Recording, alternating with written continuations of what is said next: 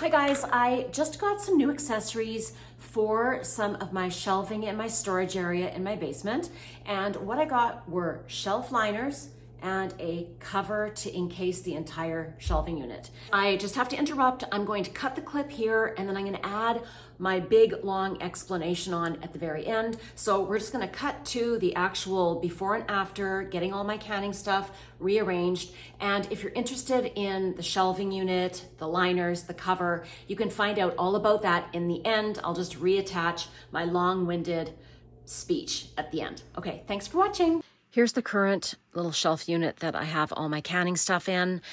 It's been okay, but over time I've collected more and more jars, and so that's not working anymore. Excuse this little chaotic area. And this is where I keep gift wrapped, bows, this is where I keep gift wrap.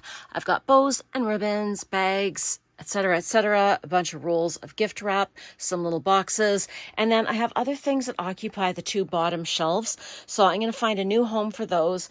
Please excuse the stuff that's just been dropped in front here. We just got through Christmas, and so we've been in and out of gift wrap and Christmas wrap and all that, and just haven't put it back together very well.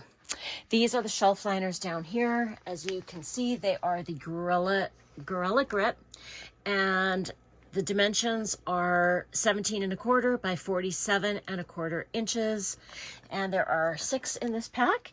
So it's time to empty some shelves. I have emptied the shelf. I've wiped it down completely.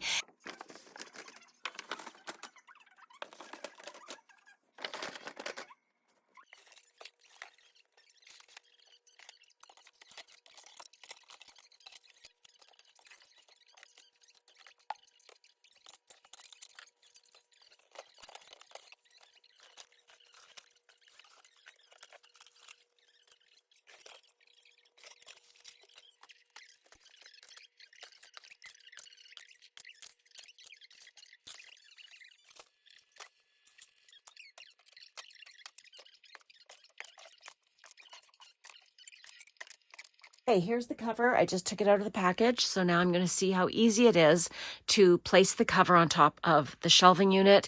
And I think I'm going to add some of my canning pots and other supplies that I have into this shelf so that I can keep everything together.